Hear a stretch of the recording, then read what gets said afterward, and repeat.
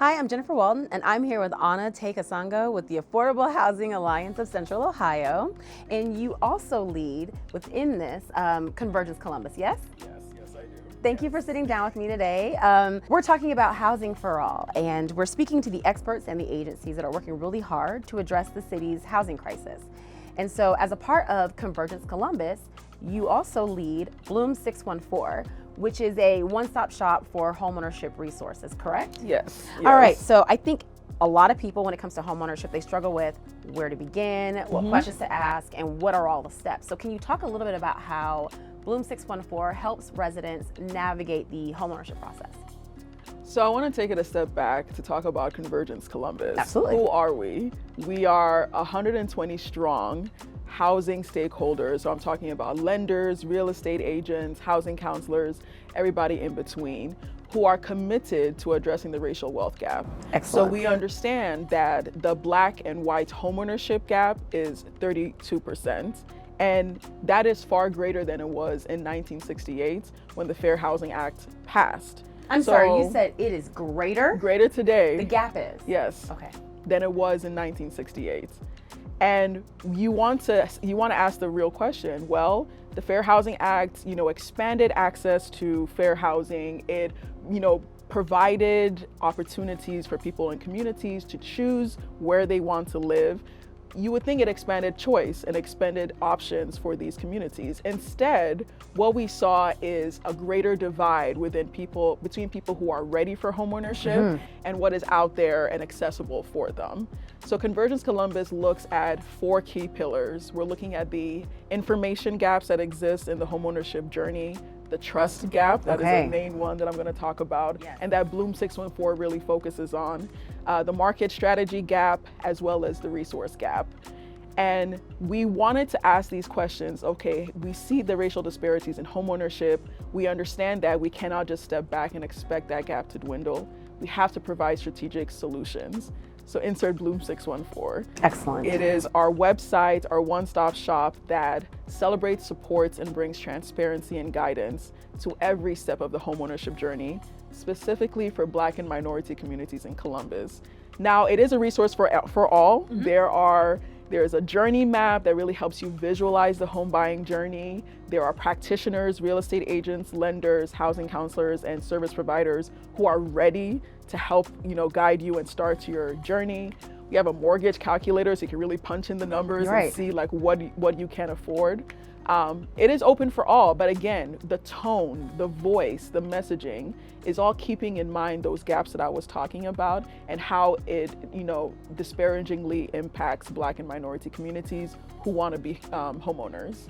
So you mentioned all the different ways that Bloom 614 kind of helps a resident navigate this process, but you also mentioned a lot of the different partners. I think that's so important because I think many people assume I need a realtor and that's it. But you mentioned mortgage brokers, other people. So it's not just a do it myself process, it's a do it together. Am I understanding that correctly? Exactly. So the cornerstone funders for Convergence Columbus are Huntington, Fifth Third, and JP Morgan Chase.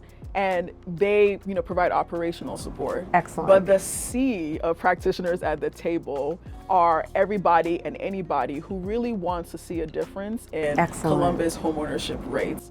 And I always see Convergence as a table.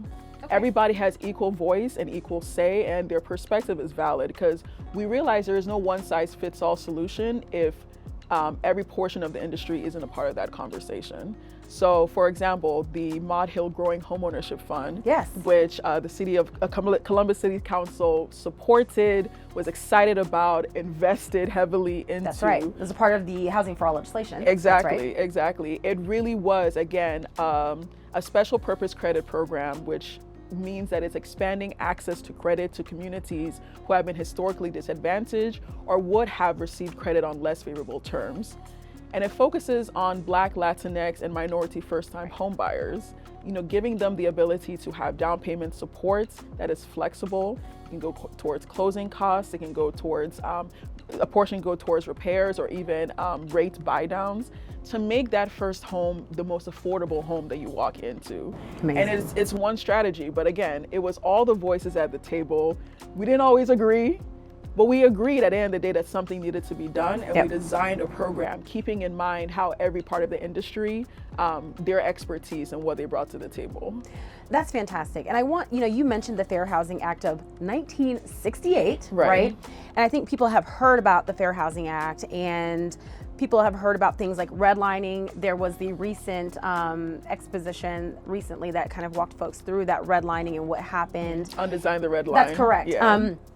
But I think for many, particularly new first-time home buyers, those things are just like foreign concepts of the past. But you said that the gap is wider than when these things were put into place. And so marginalized communities have been left out of homeownership for so long that the impact is being felt still today. Exactly. Part of that to me speaks to perhaps a trust factor as well, right? So people, when you don't know how to ask the questions and you don't know who you can trust, how do you help first-time home buyers just overcome some of their own lack of knowledge and just that trust factor that may exist when trying to get started?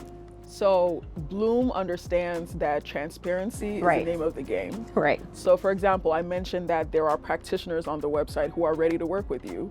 We make sure that every one of them has not only gone through a convergence training, so they've received information on issues of racial equity, what are the gaps in homeownership, looking at mortgage lending data to see how many originations were actually given to Black and minority households, and how that also shows a gap in resources in these communities. And then we also make them sign a pledge. Okay. Basically saying, I commit to an annual training. I commit that I do not have any violations in my history. And I'm also committing to the purpose and the mission of Bloom, which is to serve this specific demographic of people, understanding that I may have to give in more than I usually would. I may have to serve in ways that I never have before, because we're intentional again about rectifying or at least addressing that trust gap. So transparency is very important. And then also we are working with organizations that already have established trust with these communities. So I'm talking about faith-based organizations, immigrants' rights groups, employer organizations, people that already have that trust capital with Black and minority home buyers. And therefore we're not coming in like, hey, trust us just because. We're saying that we're committed to working with you in these spaces that you're comfortable with, and then linking you with resources and programming to realize or actualize your home buying goals. So let's think about the housing wage in Columbus. Okay. So that means the amount of money that you need to earn in order to afford a decent 2-bedroom or even 3-bedroom apartment. That housing wage is $22.37, meaning that families who earn below $45,000 will find it very difficult to afford an apartment and not spend over 50% of their income on that apartment. So when we're talking about housing affordability, we're saying that every single industry or income level in our society deserves to have housing where they spend 30% or less of their income on housing. And why we focus on that 30%, because the studies show that if you spend more than 30% on your housing, now you're in something called a toxic trade-off. So you are foregoing prescription medication so that you can afford your rent. You are foregoing childcare so that you can afford your rent. Your car, if it breaks down, that's it. But you are choosing to afford your rent because, again, at the end of the day, I need a place to stay, and I can't afford every other aspect of my life that would make me fulfilled, that will provide economic mobility. And that is a toxic trade-off. So that 30% and below is what we consider a sweet spot, where you can comfortably afford your rent or your home, and then go off and do whatever you want. Go off and survive, not only just be in survival mode, but in thriving mode. I had never heard of that. Thank you. The toxic trade-off. Because when we think about that toxic trade-off really does have ripple effects that affects how the city will operate. And it helps us think a little bit more longer term. Because if I'm making a trade-off to where my child can't go into a high quality childcare service provider because I have got to pay my rent, that means that my child then is potentially at risk for being delayed academically, which has impacts far down the line. Yes. You mentioned healthcare. If I have to make these trade-offs, then I'm potentially reducing just the quality of my life and my life expectancy. Exactly. So, oh my gosh, you talked about life expectancy. yes. I was going to wait until later to bring this up, but Let's one do of our it. studies, Finding Home in the Heart of It All, it was a report to really look at not only our housing challenges, but what would it look like if we were really intentional about increasing housing affordability for all. And we found that if we just cut our housing cost burden in half, or our housing gaps in half, we would increase life expectancy by 5.5 years 5.5 in years. Central Ohio. Now, by chance, does that data, can it be cut by race? So the other thing we found as well is that, again, if we cut that housing gap in half, then 6,000 more renters would have more Black renters would have enough in their savings to become homeowners. Wow.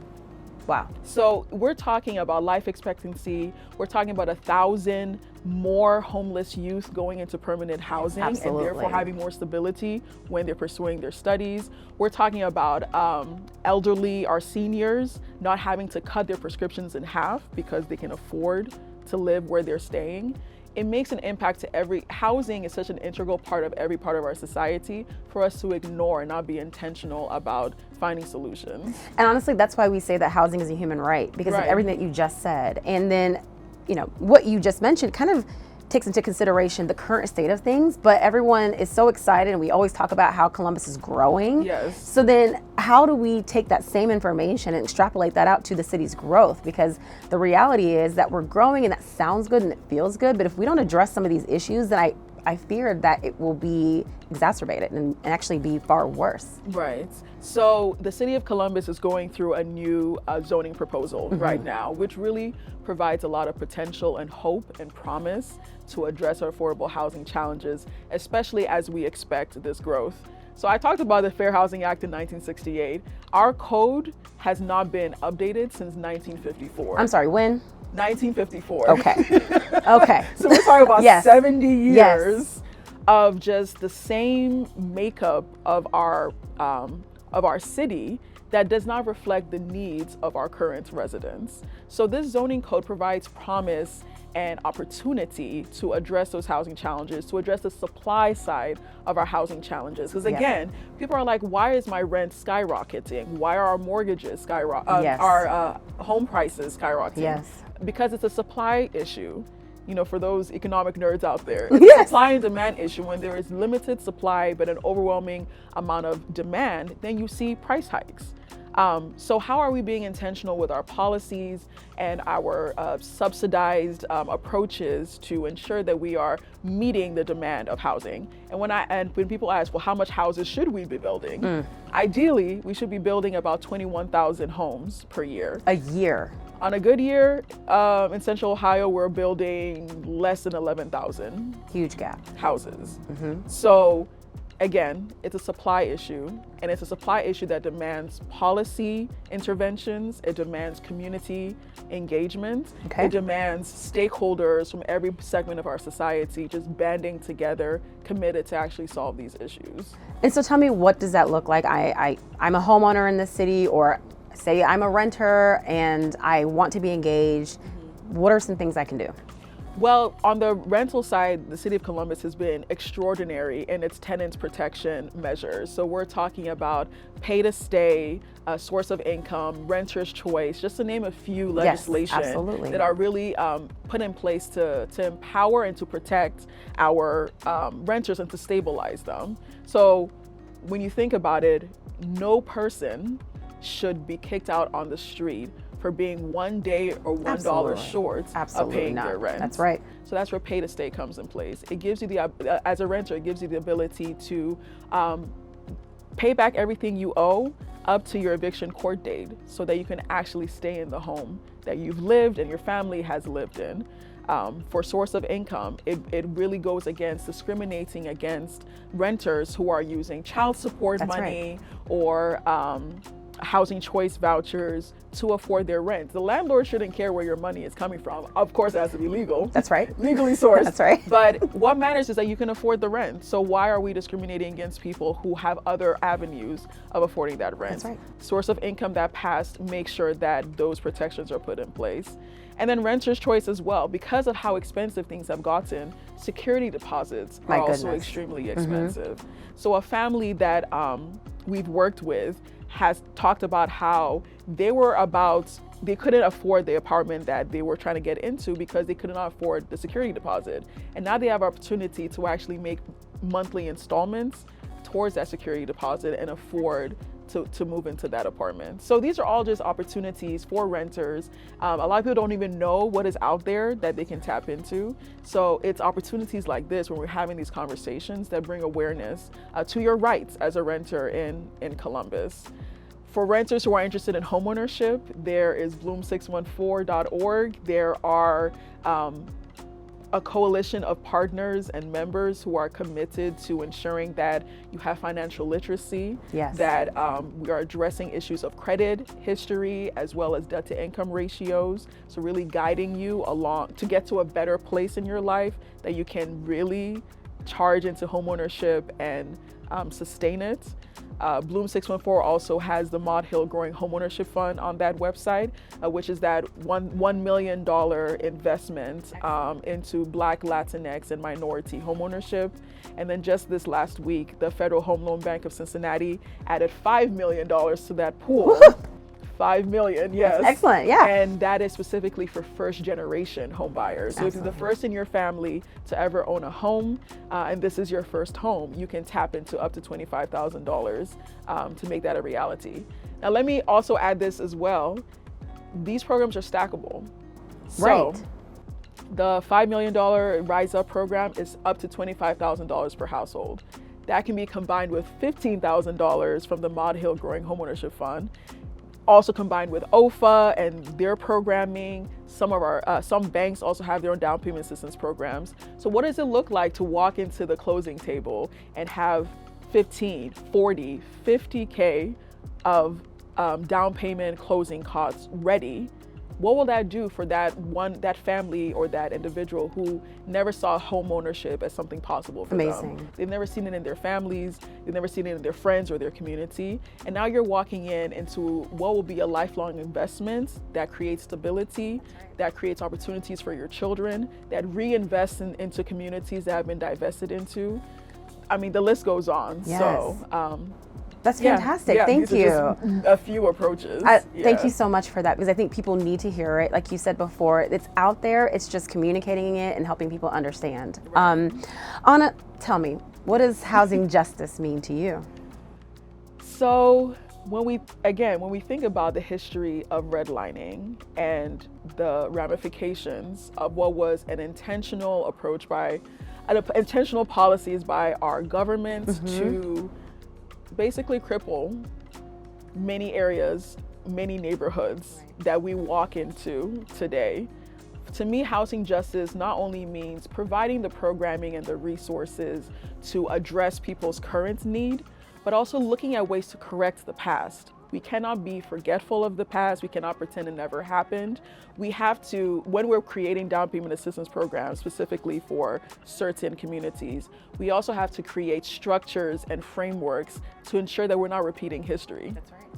When we are being intentional about renter protections and providing opportunities to stabilize our neighbors who are at risk of eviction, again, let's look back at that history and create frameworks to correct it, frameworks that address it, frameworks that are sensitive to it, rather than pretending like these are all things of the past and they have nothing to do with our current state of affairs. That's just not true. So justice to me really means getting all hands on the table to create equitable strategies while also recognizing the past that brought us here and doing something about it to make sure it doesn't repeat itself. Thank you. Thank you so much for sitting down with us. I think that the information that you shared is invaluable. We really appreciate the time you've taken. Thank you. Thank you. All right. Thanks.